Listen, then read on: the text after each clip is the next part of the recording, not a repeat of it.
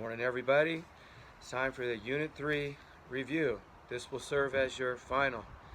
Beautiful day here in Morro Bay again. Just gorgeous. Got an offshore wind.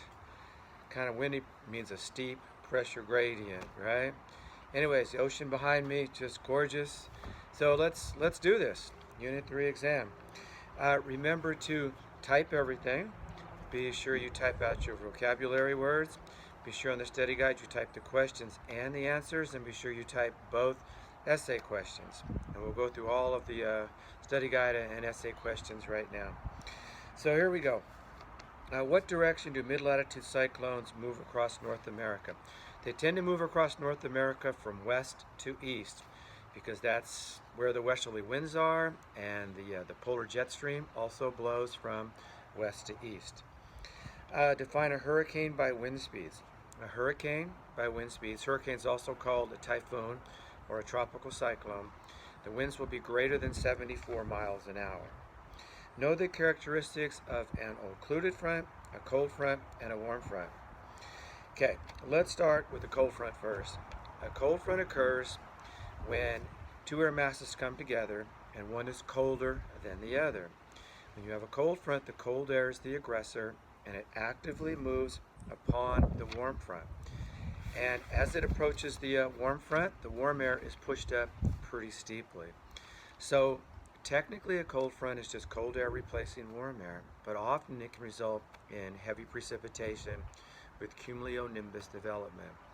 A warm front occurs when a warm front or a warm air mass and a cold air mass come together, and the warm air tends to slide gently up and over the colder air. So generally you would get more mild and steady continuous precipitation. If you get any precipitation at all, it would be like that, and it would be more stratus form clouds. So there's different types of occluded fronts. The only one we're going to worry about this semester would be a cold air occlusion. So when you have a cold air occluded front, it's when a cold air mass completely overtakes the warm air and pushes all the warm air up above. And that generally means the storm is dissipating, the storm is ending. What are air mass source regions? So first of all, an air mass is a gigantic chunk of air. It can be several miles across, a few miles in depth also. And they form over what's called their source region. So it's where the air mass originally forms. For example, if an air mass stays stagnant over Greenland, it's likely to be cold and dry. If it stays stagnant over the Gulf of Mexico, it's likely to be warm and full of moisture. So oftentimes the air masses take on the characteristics of the surface that is below. So it's where the air mass originates. What is this? Excuse me. What is the sequence of clouds you experience as a warm front approaches? Remember, this is where the warm air gently slides up and over the colder air. So first you'd probably see cirrus clouds, high ones. And then you might see cirrostratus. Then you might see altostratus. And then stratus. And then nimbostratus. So let's do that again because the motorcycle just went by on the highway there. It's cirrus clouds, cirrostratus, altostratus, stratus, nimbostratus, in that order. What conditions are necessary to form a tropical cyclone? Remember, a tropical cyclone is also called a hurricane or a typhoon, depending on what part of the world you're in. So to create these things, you need warm water, 79 degrees Fahrenheit or greater, for the top several feet of the ocean. You need warm air. Well, if the water's warm, it's likely that the air above it's going to be warm and full of moisture in tropical regions. And you need enough Coriolis to institute cyclonic flow. And that would be counterclockwise in the northern hemisphere, clockwise in the southern hemisphere. What forecasting method is best suited for predicting the weather more than a month in advance? That is called the climatological method. And what it's based upon would be things like they're trying to predict upper air wind patterns, they're trying to predict maybe snow cover, what it might be. They might be looking at ocean temperatures. So they're not usually super accurate or detailed, but they can generally be okay, I would think. Know the letter codes for describing air masses. So the ones that affect the United States would be continental Arctic. You can look these up in your book. That's a lowercase c and a capital A. Continental polar, maritime polar, maritime tropical, and continental tropical. So if you could just look up and give me a little bit about each of those air masses, generally like where it forms and what the characteristics of the air might be like. So that's continental Arctic, continental polar, which would be a lowercase c, capital P, maritime polar, lowercase m, capital P, so on, maritime tropical, continental tropical. So kind of where do these air masses form, okay, and what are their characteristics?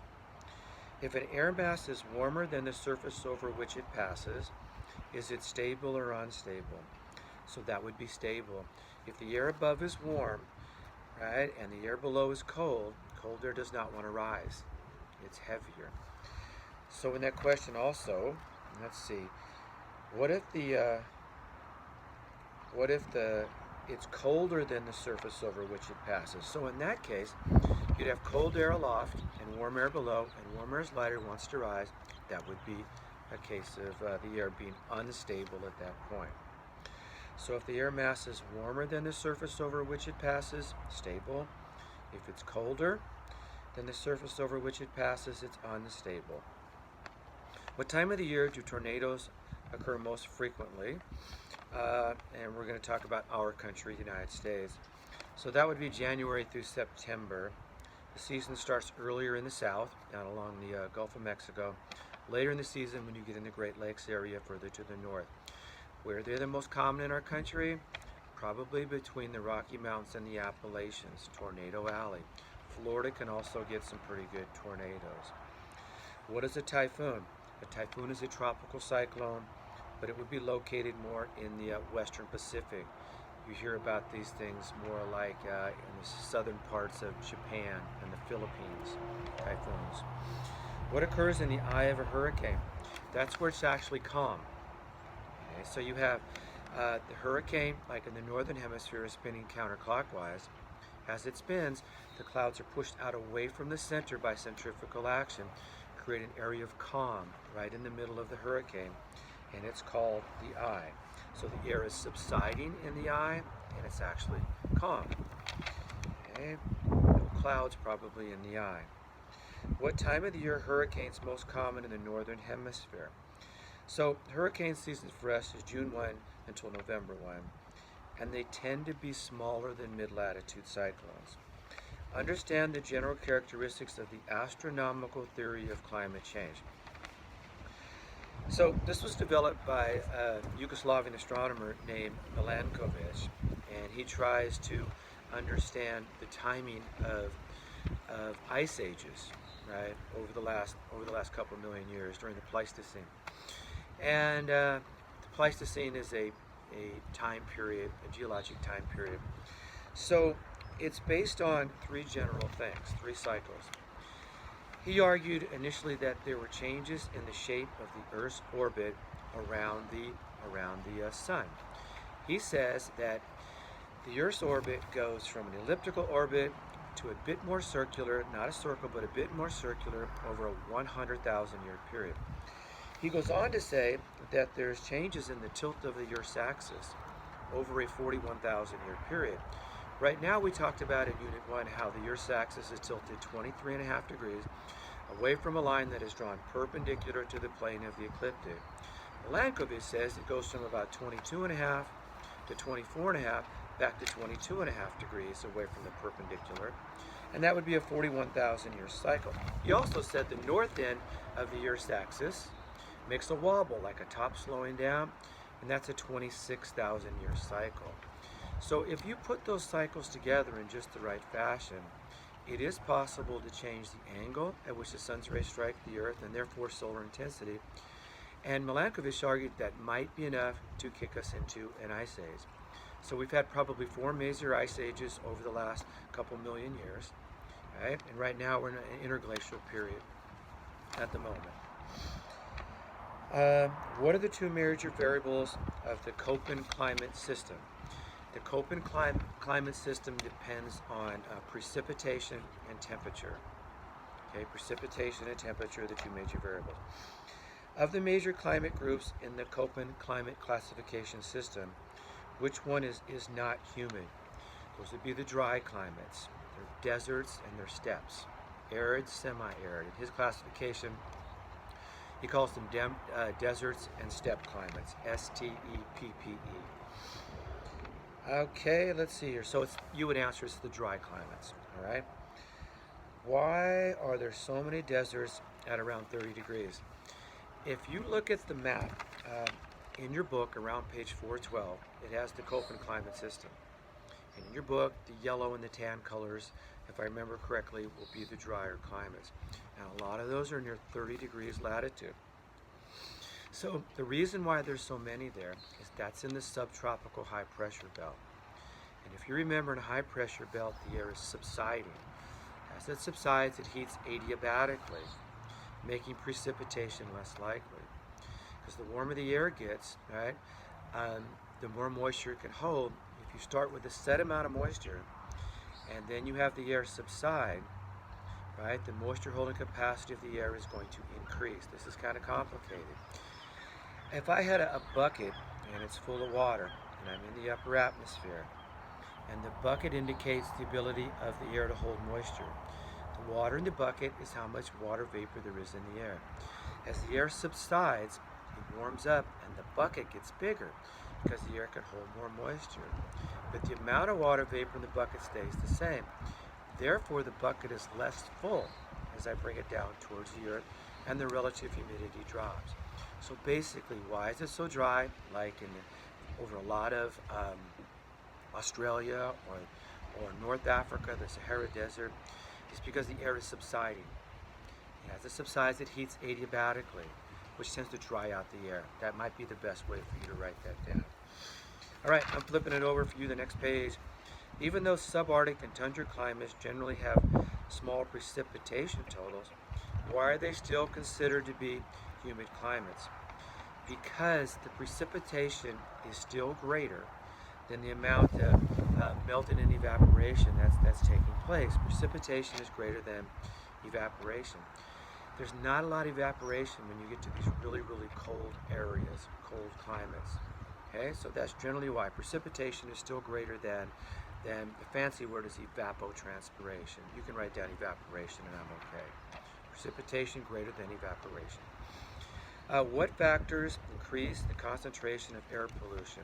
What you want to write down for this would be how stable is the atmosphere. The more stability in the atmosphere, the less movement, the less mixing of air. And wind can play a role too. Generally, wind will mix up the air in the atmosphere and dilute the concentration of air pollutants. What are waterspouts? Waterspouts are like first cousins of tornadoes. They're usually weaker than tornadoes and they're out over the water. Oftentimes they form at the surface of the water. Right? They're less likely to come down out of a cumulonimbus cloud like a tornado would do. Sometimes you might even think they're like dust devils over the water. Okay? What latitudes are geostationary satellites best suited for observing atmospheric conditions?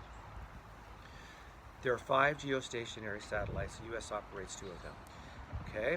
So I think the Europeans have one and the Japanese have one, and I believe India has one. And they're positioned 22,000 miles up. Right? And they stay in the same position, right, as the Earth rotates. So with the 5 of them together, we get pretty much complete coverage from 55 degrees north latitude to 55 degrees south. Okay, so 55 north to 55 south. They stay in a geostationary orbit. Sorry, my nose is running a bit. It's cold out here this morning with the wind blowing. All right, let's see here. Where are we? Does the theory of plate tectonics offer a possible explanation for the discovery of tropical fossils that currently lie in colder climates? Yes. The theory of plate tectonics is the idea that the Earth's outer shell, the crust and upper part of the mantle, are broken up into maybe 12 or 15 big pieces and lots of small pieces, and they kind of move around. And in the process, they're going to move the land masses around. So it is possible over millions of years, right, when you might have had a chunk of land that was in a tropical area and it's now been moved via plate tectonics to areas that are now colder. So the answer to that is yes, right? That the plates can move around and move chunks of land that were once maybe in more tropical areas to colder areas today. What happens to ocean currents during El Nino? And El Nino refers to the reversal of ocean currents in the eastern Pacific. So ocean currents tend to rotate clockwise in the northern hemisphere, counterclockwise in the southern hemisphere. So along the coast of Morro Bay right here, generally it's washed by a colder climate. The water's coming from the north. In the southern hemisphere, places like Peru are washed with a colder climate too.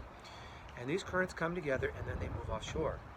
Now when you have an El Nino, there's a reversal of those currents, and it happens periodically, maybe every 4 to 10 years. And what that does is that backs up warmer water along the coast of western South America and western North America. And you have warmer water, warmer air, generally wetter years, more precipitation. So the question is, what happens to ocean currents during El Nino? There's a reversal of the ocean currents, right, in the eastern Pacific region. Can lightning occur within the same cloud? Yes, it can. And it can jump from cloud to cloud, and obviously it can jump from the cloud to the ground. There are 3 stages of thunderstorm development. You can read about these in your book. In the cumulus stage, that's when it's first getting going. That's characterized by the upward movement of warm, moist air. In the mature stage of a thunderstorm, by the way, that's when you have updrafts and downdrafts going on within those big cumulonimbus clouds, and it gets pretty wild.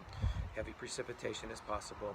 Third stage, dissipating stage, it's ending. Downdrafts dominate. What is a squall line?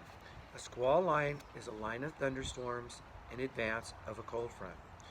A squall line, what it looks like if you're in Kansas in May, would be a line of cumulonimbus clouds coming at you, and you start thinking about maybe tornadoes at that point. So it's a line of thunderstorms in advance of a cold front. The difference between a tornado warning and a tornado watch.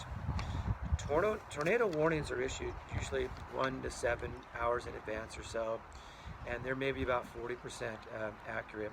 It's upgraded to a tornado watch is the one, I don't know what I just said, but a tornado watch is issued in advance, about 40% accurate. And it's upgraded to a tornado warning if one has actually been spotted. It can be spotted visually, or it can be spotted by Doppler radar. Define the term acid precipitation in terms of pH value. Okay, so the pH value for acid precipitation would be less than 5.6. Normal precipitation is slightly acidic, and when it gets below 5.6 though, then it's considered acid precipitation, rain or snow. What happens is, as rain or snow falls in areas where there's lots of pollution, air pollution with like the oxides of nitrogen or sulfur, the precipitation can pick up some of those pollutants, and the precipitation becomes more acidic, which is bad for forests and can be bad for lakes also. Know the characteristics of the climate types discussed in class. So this is going to be kind of a long one. I'd like you to type this stuff out. You won't go through all of them, but some of them. So tropical climates. You have that map around page 412 if you have a newer edition. And the letters are capital A, lowercase f. So a tropical rainforest climate. Think about the Amazon basin or the equatorial areas in Africa. So this climate is concentrated near the equator, warm the year round, because the sun's vertical rays are just about always overhead. A small range of temperature, an average annual temperature range, is the temperature difference between the warmest monthly average and the coolest monthly average. So it'd probably be from about 0 to 5. It just doesn't change. The temperature doesn't change that much throughout the year. High humidity. I've been to the Amazon basin, and boy, is it humid there, and it rains like crazy. When I was there, it rained every single day in the afternoon. So heavy year-round precipitation, lots of convectional uplift, lots of convergent uplift as the trade winds converge.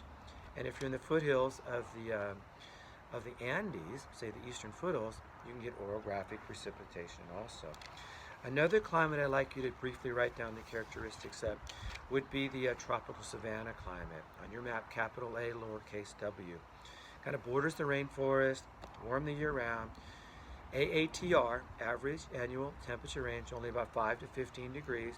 Not a lot of change of temperature throughout the year. But it has a distinct wet and a distinct dry season. If you ever get to go to Cancun or Acapulco, summer's the wet season, winter's the dry season, kind of the opposite of what we have in California. Not as much precipitation as the rainforest, but still quite a bit, maybe 30 to 60 inches. To give you an idea, Visalia is about 10. All right, so a lot more than Visalia. Okay, second type of climate. Let's do the dry climates. So the first one is the desert, capital B, capital W. Those are located near 30 degrees or in the middle of large continents like Eurasia, away from water. The rain shadow of major mountain ranges like the Rockies or the Andes. The AATR is 15 to 80 degrees Fahrenheit, depending how close you are to water. Water moderates the temperature, so the range would be lower. Further inland, you'd have a bigger range of temperature between summer and winter. Low humidity and low precipitation for sure in the desert. The steppe climate, which is what Visalia has, by the way, is capital B and capital S. Isn't that appropriate for Visalia's climate being called BS? But anyways, it usually borders the desert. By the way, you go south to Delano, it becomes a true desert on into Bakersfield. AATR 15 to 80 again, based on how close you are to water, right, or your latitude. Low humidity, low precipitation. A Mediterranean climate, that's what Morro Bay has, and Pismo has, and Santa Barbara. Located about 30 to 40 degrees latitude. The average annual temperature range, for me at least, is kind of perfect, maybe 10 to 25 degrees Fahrenheit. Mild to hot summers depending on how close you are to the water. Like San Francisco has more of the mild summer. Sacramento has a Mediterranean climate also, but definitely hotter summers. San Francisco, again, closer to the water, large bodies of water, they're great moderators of temperature. Precip, 15 to 25 inches of precip a year. Let's skip some of these. I don't want to overwhelm you. But let's do a climate that I really like too, where my skin probably belongs, being a virtual albino that I am. Marine West Coast. This is a climate I could live in also. This is the one you have like in Seattle, Vancouver, Western Europe, like London or Oslo in Norway. It's higher latitudes. It's 40 to 60 degrees usually, and it's usually near the coast. The average annual temperature range is more like 20 to 40 degrees difference between winter and summer temperatures. Mild summers. If you go up to Seattle, it's usually really nice in the summer and green because it gets a lot of precipitation. Mild winters. It rains a lot, but not a lot of snow in Seattle, relatively speaking, or Vancouver in British Columbia, Canada. But lots of precipitation, year-round mid-latitude cyclones. Let's pick another one out. Continental climates. On your map, DFA, DFB. 40 to 60 degrees north only. You don't find this climate in the southern hemisphere. That's the water hemisphere. And water moderates the temperature. So you find this more in North America and Eurasia. The AATR, average annual temperature range, is tremendous. You gotta have a big wardrobe. It can go from 50 degrees difference to 100 degrees difference, possibly, between summer and winter temperatures. Summers can be nice, mild to hot, but winters are really, really brutal. If you think about winters up in parts of Canada and Russia also. 20 to 40 inches of precip. Remember, precip can be rain or snow in this case. A lot of snow in the winter. Let's do a couple more. The E climates, the polar climates. There's two. Capital E, capital T is polar climates. Polar tundra. So the warmest month happens to be between 32 and 50 degrees Fahrenheit. So this is like the perimeter of Greenland, the extreme northern part of North America or Eurasia. Not a lot of precipitation, right, because the air is so cold. But a little precipitation does occur. It tends to be in the summertime as the air warms up a bit. Your last climate is capital E, capital F. That's the ice cap climate. That's Antarctica. That's Greenland. Less than 5 inches of precipitation. The average annual temperature range may be 40, 50 to maybe 80 degrees Fahrenheit. Again, Antarctica, the interior of Greenland.